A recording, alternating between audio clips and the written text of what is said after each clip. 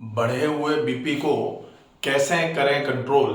Part 1 में हमने देखा बीपी क्या होता है, बीपी होने के मूल कारण क्या होते हैं, उसके लक्षण क्या क्या होते हैं और वो कहां कहां कैसे कैसे नुकसान पहुंचाता है, कौन से ऑर्गन्स को डैमेज करने का काम करता है, दवाइयां कौन सी ली जाती हैं और जो कारण थे उन कारणों के उपचारों को पूरा करके, कारणों को खत्म करके बीपी को कैसे खत्म किया जा सकता है।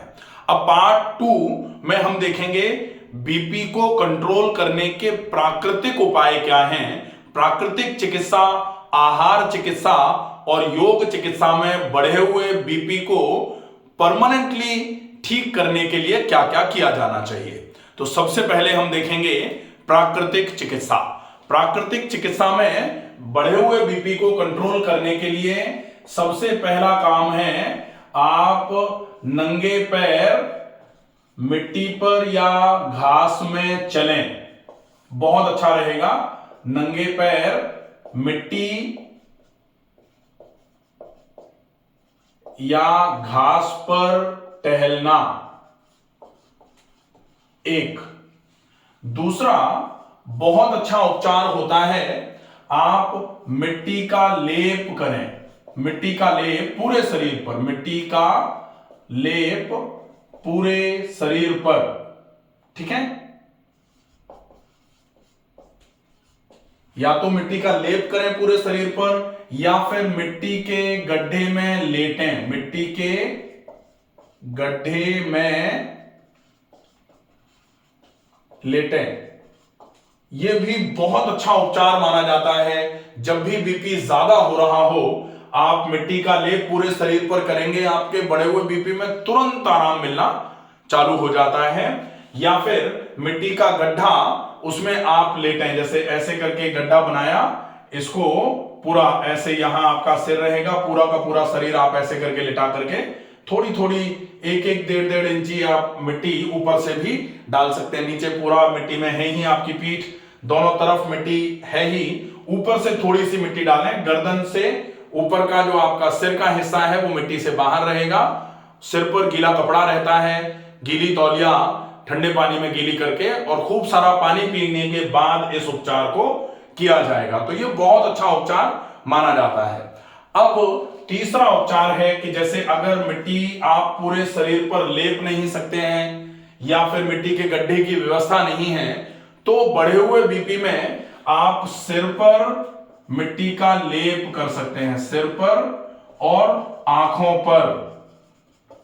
तो सिर पर तो मिट्टी का लेप हो जाएगा, आंखों पर मिट्टी की पट्टी हो जाएगी, आंखों पर मिट्टी की पट्टी। ये बहुत अच्छा उपचार है, ठंडक पहुंचाने का काम करेगा और जैसे जैसे ठंडक पहुंचेगी बहुत अच्छा आराम बीपी की समस्या में आपको होना चालू हो जाएगा। तो ये बहुत ही बढ़िया प्राकृतिक उपचार माना जाता है। अब हम देखेंगे चौथा, रीढ़ पर मिट्टी की पट्टी। रीढ़ पर मिट्टी की पट्टी, यह भी बहुत अच्छा उपचार है। बीपी अगर किसी का बहुत ज्यादा लंबे समय से ज्यादा बना हुआ है, आप पूरी की पूरी रीढ़ पर मिट्टी की पट्टी रखना है। केवल यह विशेष ध्यान रखना पड़ेगा कि दर्द गर्दन में, पीठ में, कमर में नहीं होना चाहिए, नहीं तो ठंडी मिट्टी की पट्टी की वजह से दर्द कभी कभी बढ़ जाते हैं। तो रीढ़ पर मिट्टी की पट्टी और गर्दन पर भी मिट्टी की पट्टी आप रख सकते हैं। मिट्टी की पट्टी अगर मान लो नहीं व्यवस्था हो पा रही है मिट्टी की, तो 5वें नंबर पर आप बर्फ की सिकाई कर सकते हैं। बर्फ के पानी में, ठंडे पानी में, बिल्कुल बर्फ का आइस कोल्ड वाटर हो, उसमें कॉटन के कपड़े को भिगो करके गर्दन और रीढ़ पर अगर आप ठंडा सेक करते हैं तो ये भी कूलिंग इफेक्ट देने के बाद आपके बढ़े हुए बीपी को बहुत अच्छे तरीके से कंट्रोल करने का काम करता है। इसके अलावा छठा जो इलाज होता है नेचुरोपैथी में, वो इलाज होता है सौम्य पाद स्नान। गुनगुने पानी में पैर डालना।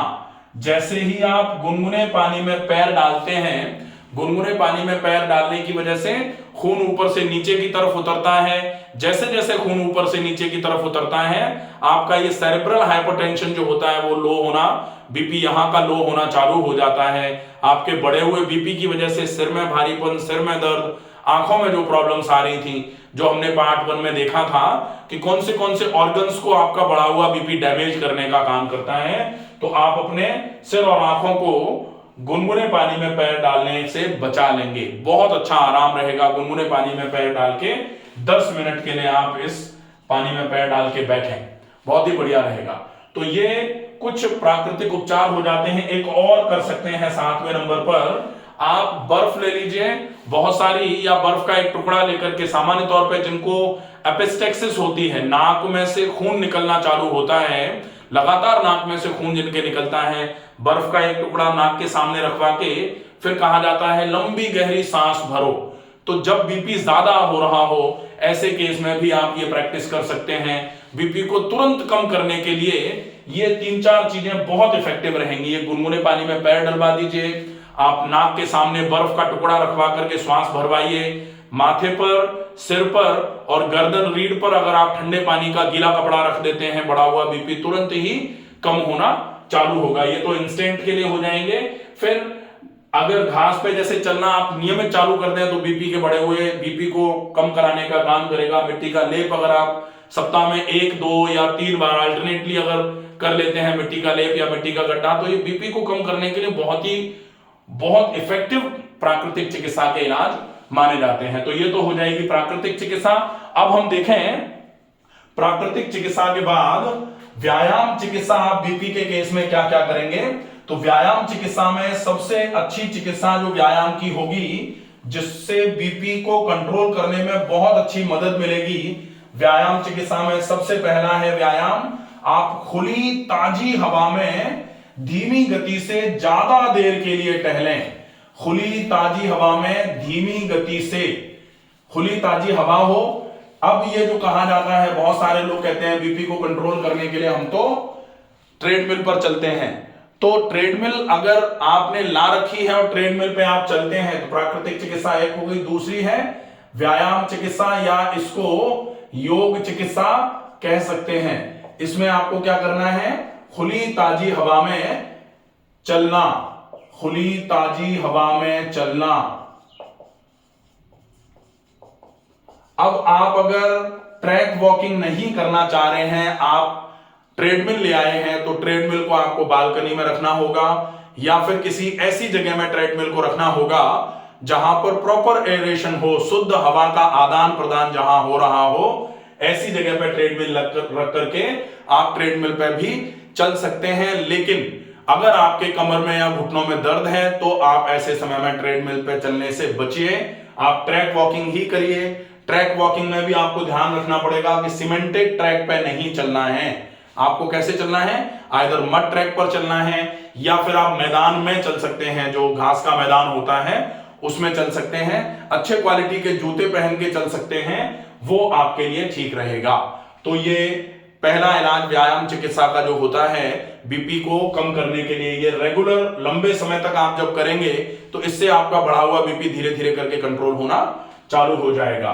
फिर कुछ आसन होते हैं, आसनों में कुछ ऐसे रिलैक्सेशन वाले आसन हैं जिनका उपयोग आप कर सकते हैं। जैसे ताड़ासन अच्छा आसन है बढ़े हुए बीपी को कंट्रोल करने के लिए।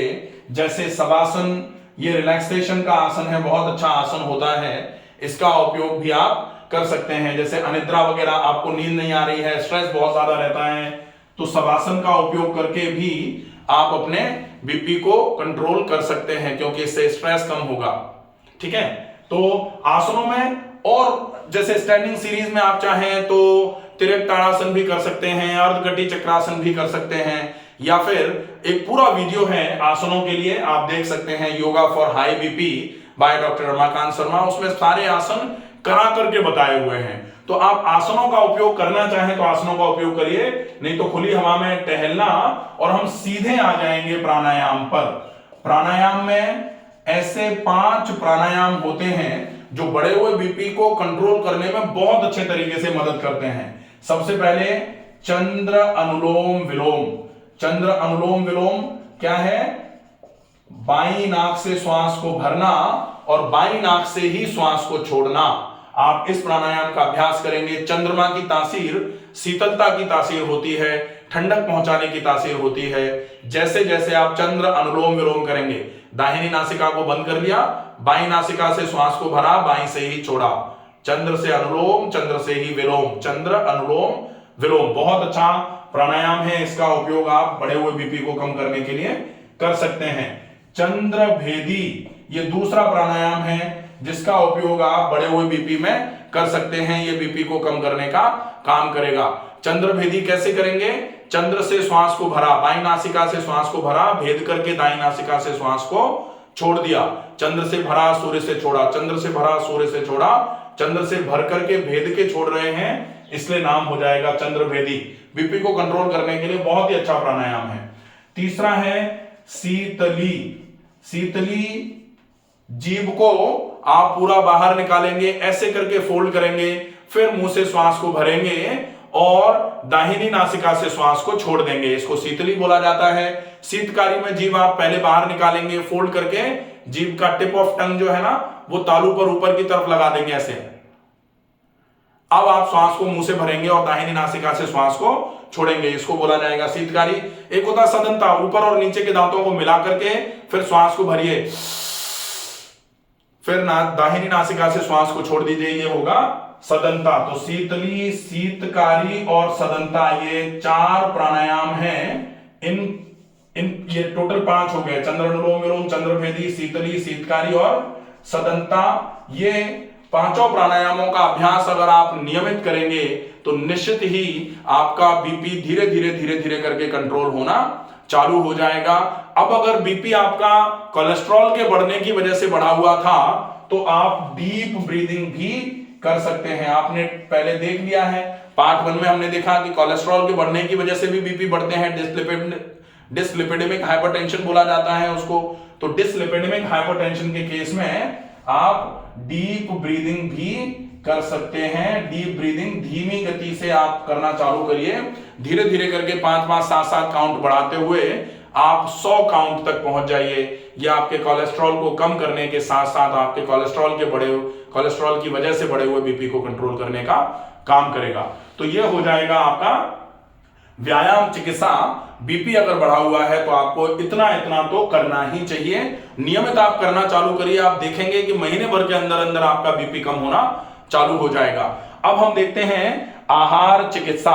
तो आहार चिकित्सा में सामान्य तौर पर बढ़े हुए बीपी को कंट्रोल करने के लिए बहुत अच्छा तरीका होता है। आप कैसे भी करके मिर्च, मसाले, नमक और चिकनाई का उपयोग कम कर दीजिए। मिर्च, मसाले, नमक, चिकनाई का उपयोग आपने कम कर दिया और उसके बाद फिर कोशिश करिए आप खाने में कुछ ऐसा खाएं जो आपके बीपी को कंट्रोल कराने का काम करे। तो खाने में एक बहुत अच्छी चीज बहुत अच्छा जूस माना जाता है, वो है, ये हो जाएगा अब आहार चिकित्सा तीसरा। तो आहार चिकित्सा में बीपी को कंट्रोल करने के लिए एक तो नमक, मिर्च, मसाले, चिकनाई, इसको कम से कम कर दीजिए। कोशिश करें ना लिया जाए या फिर बिल्कुल कम से कम कर दिया जाए। जितना कम ले लेंगे उतना अच्छा रहेगा। दूसरा, आप कर सकते हैं लौकी के जूस का प्रयोग। लौकी का जूस जो है वो डायूरेटिक भी होता है, ब्लड थिनर भी होता है, कोलेस्ट्रॉल को कम करने का काम भी करता है। तो लौकी का जूस आप 1 ग्लास नियमित लीजिए। लेकिन कई लोग लौकी के जूस में नमक डाल के पीते हैं, तो उसका मतलब नहीं है। आपको इतना ध्यान रखना पड़ेगा, बिना नमक डाले आपको लौकी का जूस पीना है। तीसरा होता है लौकी के जूस के अलावा आप अगर संभव हो जाए तो लहसुन का उपयोग कर लीजिए। लहसुन जो है बेसिकली वैसे तो कोलेस्ट्रॉल को कम करने का काम करता है, लेकिन अगर कोलेस्ट्रॉल बढ़े हुए होने की वजह से आपका बीपी बढ़ा है तो बढ़े हुए बीपी में लहसुन का उपयोग भी आपके लिए उपयोगी सिद्ध होगा। चौथा होगा आप अर्जुन की छाल का पाउडर आप इसका काढ़ा बना के ले लीजिए। 1 चम्मच ये अर्जुन की छाल का पाउडर 1 ग्लास पानी में डाल के खूब उबाल करके जब वो आधा रह जाए छान करके पिया जाए, बहुत अच्छा रहेगा।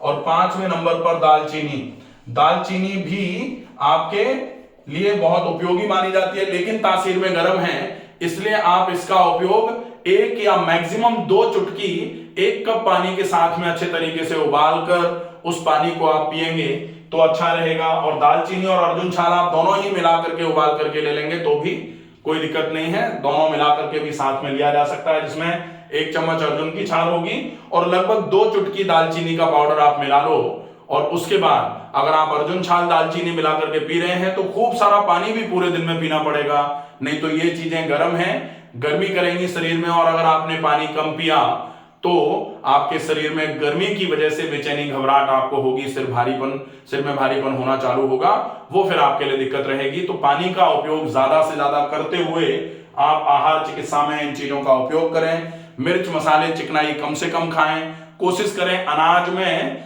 सिंगल ग्रेन का, होल ग्रेन का उपयोग हो जाए, बहुत मोटे आटे की रोटी हो, सीजनल हरी सब्जियों का उपयोग ज्यादा से ज्यादा करें, चिकनाई कम से कम उपयोग में ली जाए, ये आहार चिकित्सा हो जाएगी। तो ये पूरा प्राकृतिक चिकित्सा, व्यायाम चिकित्सा और आहार चिकित्सा बढ़े हुए बीपी के लिए है। आप इसका अच्छे तरीके से फॉलोअप करके अपने बढ़े हुए बीपी को नॉर्मल करने की पूरी कोशिश कीजिए। आपका बढ़ा हुआ बीपी निश्चित ही धीरे धीरे करके पूरे तरीके से ठीक होना चालू होगा। आशा है ये वीडियो आपको पसंद आएगा, ज्यादा से ज्यादा लोगों तक इस वीडियो को पहुंचाएं, शेयर करें, और अगर कोई चीज समझ में नहीं आई है तो कमेंट बॉक्स में लिख करके पूछ लें, आपके प्रश्न का जवाब जरूर दिया जाएगा। स्वस्थ रहिए, सुरक्षित रहिए, धन्यवाद।